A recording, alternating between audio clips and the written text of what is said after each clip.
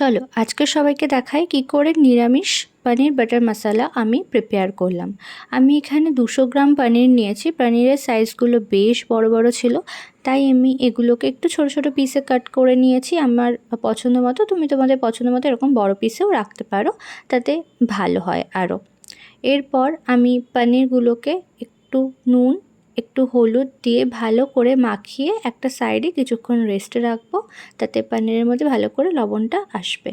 তো আমি এখানে কিছু বাদাম ভিজিয়ে রেখেছিলাম, আর আমি এখানে একটা নারকেল নিচ্ছি। ফ্রেশ ক্রিমও তোমরা ইউজ করতে পারো, বাট আমার কাছে নেই, তো আমি নারকেলের দুধই ইউজ করছি। নারকেলটা শুকিয়ে গিয়েছে, তো please that keep at side.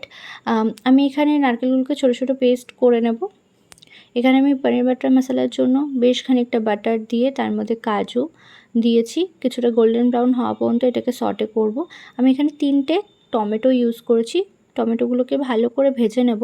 ভেজে নেওয়ার পর এর মধ্যে দেবো একটু আদা কুচি, একটু নুন, একটু হলুদ, আর কটা কাঁচা লঙ্কাও দেবো ঝালের জন্য। ঝালটা তোমরা ওপর নিচে করতে পারো।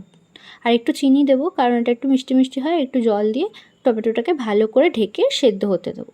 টমেটোটা সেদ্ধ হয়ে গেলে, জল কমে গেলে আমি এটা গ্রাইন্ডারে ভালো করে পেস্ট করে নেব।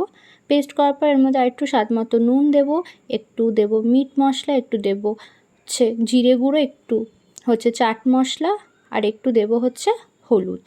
আমি এখানে নারকেলের পেস্টটা এটা বাদামের পেস্টটা আমি এখানে ইউজ করছি।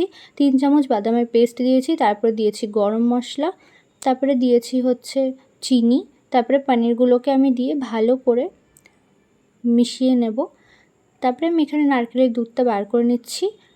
এখানে তোমরা ফ্রেশ ক্রিমও ইউজ করতে পারো আমুলের। আমি সব শেষে দিয়েছি হচ্ছে কাসুরি মেথি।